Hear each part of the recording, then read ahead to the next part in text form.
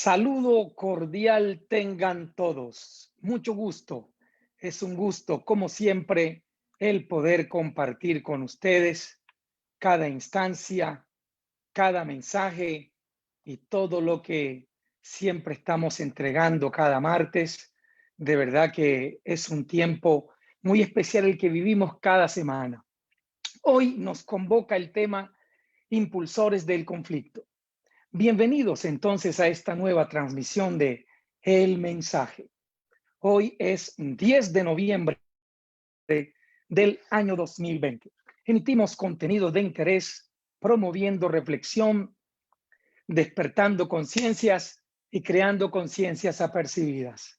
Saludo cordial una vez más tengan todos, pero un saludo pero muy especialmente a nuestros muchos seguidores, a la comunidad creciente de El Mensaje. Si usted se identifica con El Mensaje, ya es un mensajero. Así que compartan este contenido en sus muros. Comunidad del Mensaje, atentos. El tema de hoy es impulsores del conflicto. Comenzaré formulando 5 preguntas. Primera, ¿los medios de comunicación te dicen siempre la verdad o te informan desde sus intereses? Segunda pregunta, dadas las circunstancias actuales, ¿creerán en la libertad de expresión los ciudadanos de los países? ¿En instituciones como los derechos humanos o en la democracia, por ejemplo? Tercera pregunta. Hablando de democracia, ¿se vive una verdadera democracia? O más bien, el concepto democracia es tan solo una dialéctica que es aprovechada por las clases dirigentes que están insertas en países considerados estados de derecho. Cuarta pregunta. ¿Qué dice la Biblia frente a todo esto? Y quinta pregunta. ¿Será que los grupos de poder solo guardan las formas de democracia y nada más?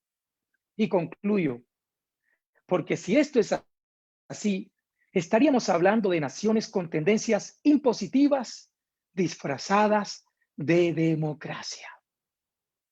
Y cerraré mi ciclo de preguntas con una más. ¿Sabías que así como están los tiempos, cuando tú sufragas en una urna, si es que sufragas, se está definiendo no un candidato ni un partido político, sino modelos de sociedad y estructuras que cambiarán las formas de vida conocidas hasta ahora?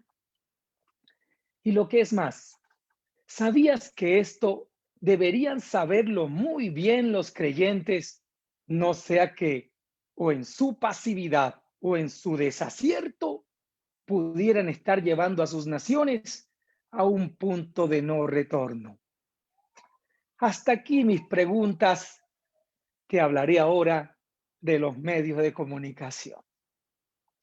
Una de las razones por la cual la gente ha perdido el sentido de la realidad podría ser porque algunos medios de comunicación son los que plantean la realidad que ellos quieren que la gente vea.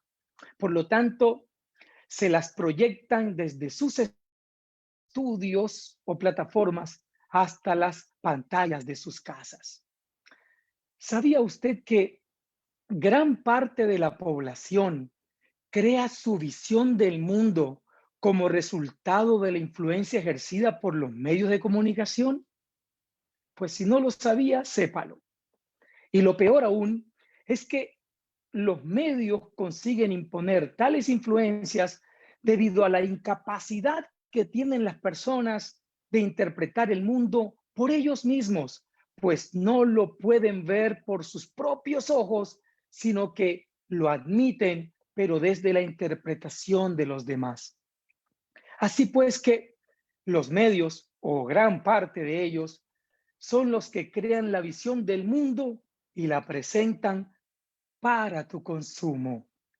De hecho, ¿sabías tú que muchos medios de comunicación han sido alineados con los intereses de la agenda globalista, la cual es fácil de identificar, pues la agenda del globalismo contiene mm, asuntos de género, el medio ambiente, aborto, feminismo, multiculturalismo, etcétera?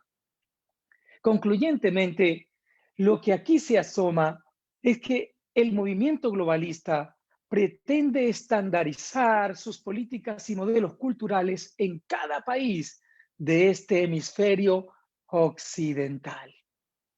Pero la pregunta es, ¿cómo lo logran?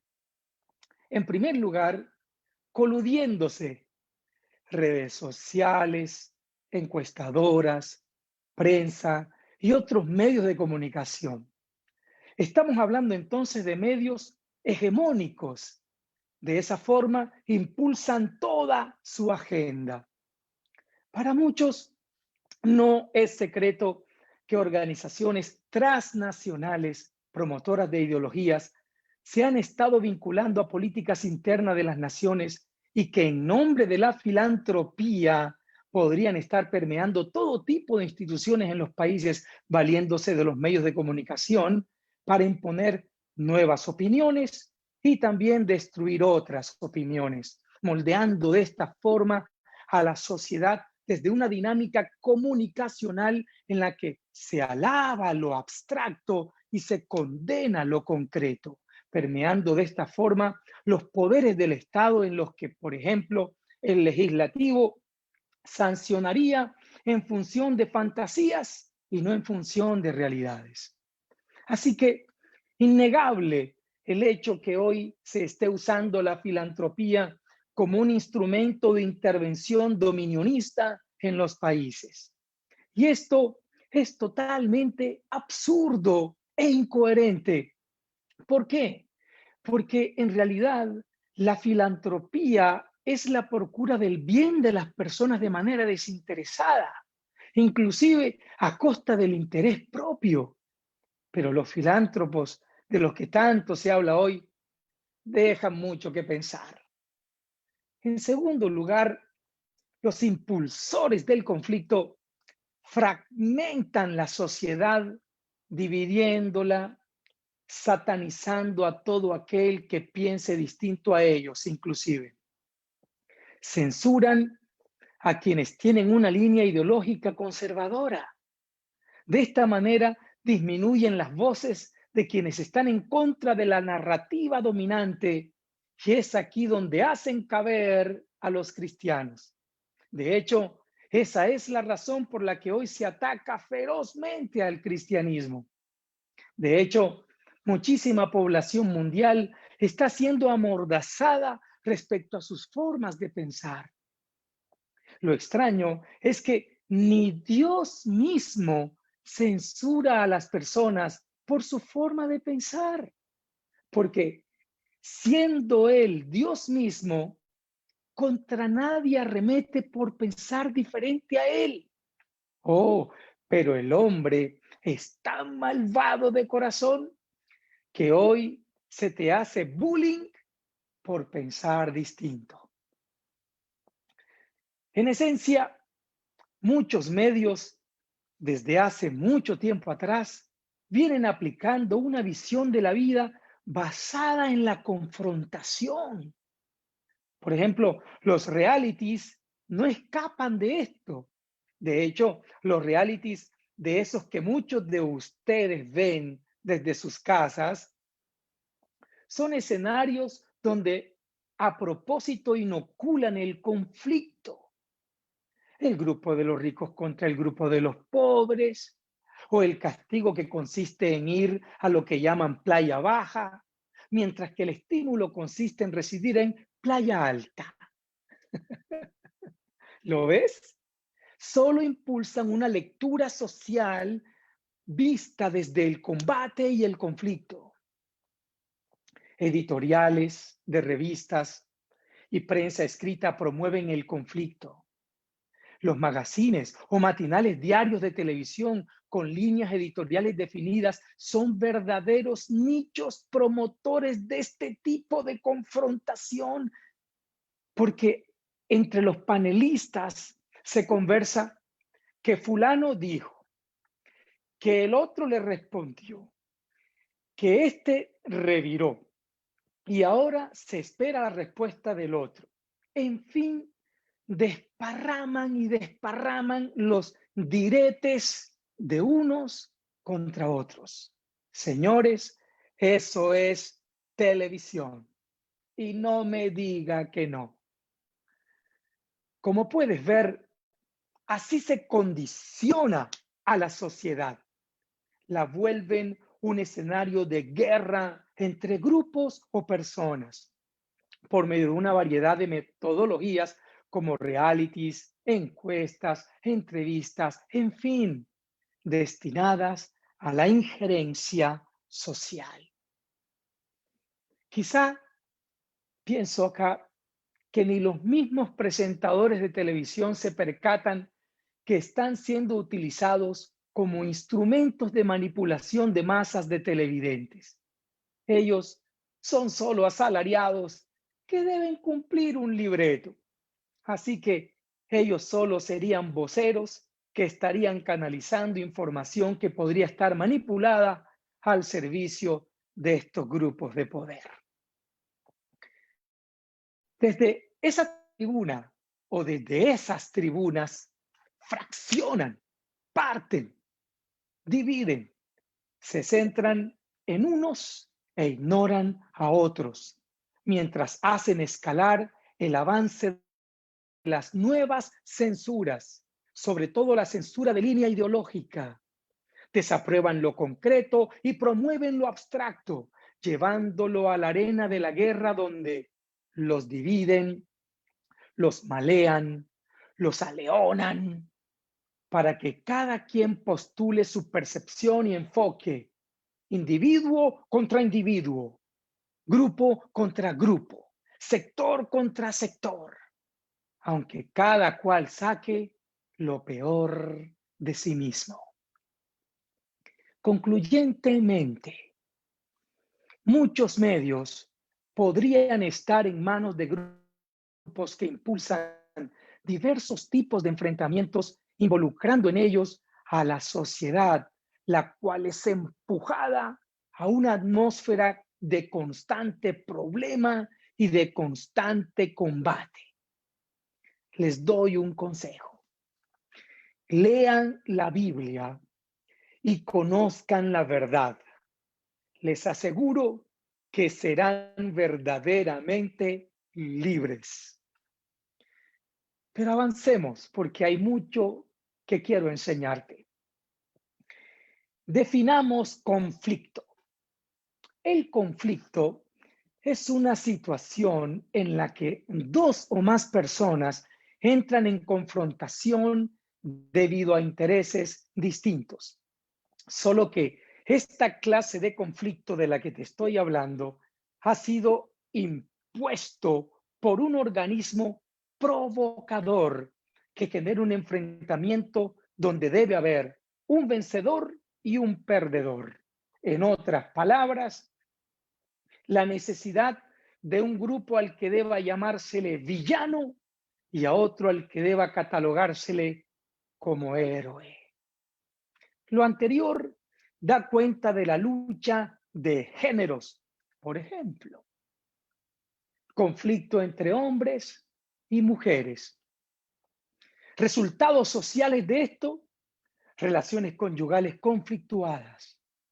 Y no estoy negando que hayan hombres abusadores y mujeres abusadoras. Solo dejo en relieve las resultantes de estos experimentos sociales, más allá de las realidades particulares que puedan vivir parejas puntuales. Pero en ese mismo orden de ideas, ¿sabías tú que existe una forma de hacer política desde el fascismo? Esto se va a poner bueno ahora. Escúchame y verás. Primero déjame definirte lo que es fascismo. El fascismo es una ideología que agrupa individuos y los confronta contra otros. Palabras más, palabras menos, eso es fascismo. Es una ideología que agrupa individuos o colectivos y los confronta contra otros. Ahora te explicaré cómo lo hacen. Identifican los opuestos en una sociedad. Hombres, mujeres, padres, hijos. Entonces los contraponen y después los contrarían entre sí hasta convertirlos en instrumentos de enemistad social. Y lo que es peor, finalmente usan dicha confrontación y polémica para volverla una causa política y los terminan de fracturar de forma irreversible por medio de nuevas leyes. Esa, pues, es la razón por la que hoy por hoy existen regulaciones encaminadas a convertirse en ley, como lo es en Chile, por ejemplo, la llamada autonomía progresiva, que es un proyecto de ley el cual constituye al menor de edad en un sujeto de derecho, esto es, amparado totalmente por el Estado, por lo cual desaparece el derecho preferente de los padres hacia los hijos. En otras palabras, el menor termina siendo un hijo del Estado, pues ya sus padres no lo representan, por lo tanto sus papás no tienen injerencia alguna sobre él. Todo gracias a la instalación social del debate y la polémica asociado a esa temática conflictiva. Un conflicto que no existía, pero que otros actores detrás del telón lo generan y lo impulsan en una sociedad desde medios de comunicación. Esto da como resultado el surgimiento social de arquetipos. ¿Qué es un arquetipo? Un arquetipo, en este caso, es un modelo que sirve como pauta para ser instalado socialmente. ¿Cuál, por ejemplo? En lo referente, por decirte, al feminismo versus machismo. ¿Cuál es el resultante de eso? ¿Cuál es el arquetipo social? En conclusión, hombre malo, mujer buena. Arquetipos. La mujer es buena, el hombre es 100% malo. ¿Se entiende entonces a dónde apunta la propuesta? Y lo que es más, el próximo arquetipo que se instalará en relación a los hijos versus padres podría ser padre, sinónimo de opresor, niños, sinónimo de oprimidos. Sin duda alguna que el vínculo natural, queridos y queridas, ese vínculo natural entre hijos y padres está siendo atacado y desapegado por esos discursos, provocando distanciamiento y frialdad al interior de la relación familiar.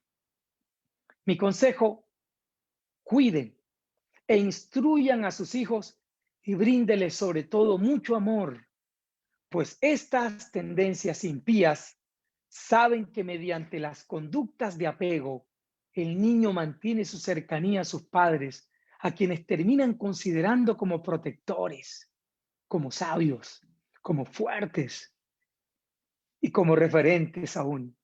De esta forma, los niños crecen y se sienten seguros en su supervivencia.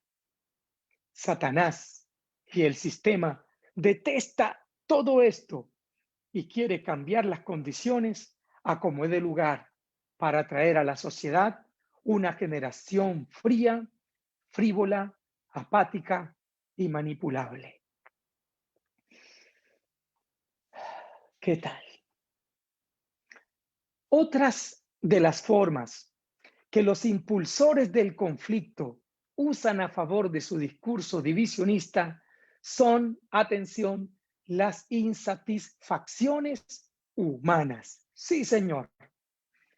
Ellos también se aprovechan de los defectos del sistema y estas, sumadas a las brechas sociales y a las debilidades del sistema son realidades capitalizadas por estos grupos de poder, quienes reorientan esa emoción negativa de las personas hacia donde ellos quieren. Algo más o menos así. ¿Eres infeliz? Ah, eres infeliz porque el gobierno es malo. Eres infeliz porque los hombres son malos. Eres infeliz porque tu papá es opresor. ¿Eres infeliz? Eres infeliz porque, eres infeliz porque, eres infeliz porque, eres infeliz porque. Los convencen de que son víctimas, que todos sus males tienen un culpable y ese culpable es lo que ellos dicen que es. Pero más allá de eso les digo, los impulsores del conflicto disfrutan desde la tribuna la pugna entre las facciones que ellos mismos han creado con su discurso, manipulando a las sociedades para sus fines. Usted debe saber hoy y a partir de hoy, si no lo sabía, que la política fascista surge del postulado amigo-enemigo. Así funciona. Y así se presentan ante el mundo. Y así manipulan. Y así influyen a la gente. Amigo-enemigo. En fin, el fin de ese discurso es que por sí sola la sociedad se agrupe en colectivos de personas con pensamientos afines para establecer una relación con un enemigo cuya imagen los termina fortaleciendo a través de la constante crítica y el combate. Así como lo escuchas. Por lo anterior, esta sociedad se ha vuelto un dime que yo te diré. Dime que yo te diré. De esa forma, mantienen el choque de opiniones para mantener vivo a un enemigo que les fortalece su imagen desde el antagonismo y la discusión constante. Por su parte, el pueblo, ingenuo y simple, se convierte en la víctima codiciada de este supuesto fuego cruzado, del que lo único que desea beneficiarse el impulsor del conflicto es de la odiosidad que han sembrado para tener al pueblo despedazado mientras ellos dominan. Su influencia, queridos, es tal que para los procesos electorales, cuando alguien políticamente piensa diferente a esos grupos de poder, los satanizan de tal manera que hacen que la gente vote por su contrario solo por la antipatía que les han engendrado en sus corazones desde la televisión, desde la radio, desde las editoriales y desde la prensa. Sí, señor, así como lo escuchas. Estoy diciendo que existen personas a quienes se les ha ocasionado una disonancia cognitiva que les impide escuchar un mensaje diferente, una disonancia cognitiva que les impide pensar distinto, pues los medios han introducido en sus mentes odiosidades y fastidios, gloria a Dios, hacia algo o hacia alguien. Esto genera tal atrofia que con el solo hecho de ver a la persona o escuchar su mención, de inmediato el cuerpo, el sistema nervioso genera una respuesta, pero del sistema emocional y no del sistema racional. El fanatismo político sería una resultante de esto mismo, pues esa sería la razón por la que individuos defienden tal hasta el colmo, hasta la irracionalidad, partidos políticos tradicionales. La humanidad necesita urgente de Dios, pues este sistema impío los ha cosificado moldeando el comportamiento de la sociedad, volviéndolo solamente un elemento viviente de conductas tendenciosas. El sistema del mundo, este sistema del mundo ha terminado de desfigurar lo que el pecado ocasionó en esta raza caída. El pueblo precisa un Salvador y su nombre, lo voy a decir, es Jesucristo.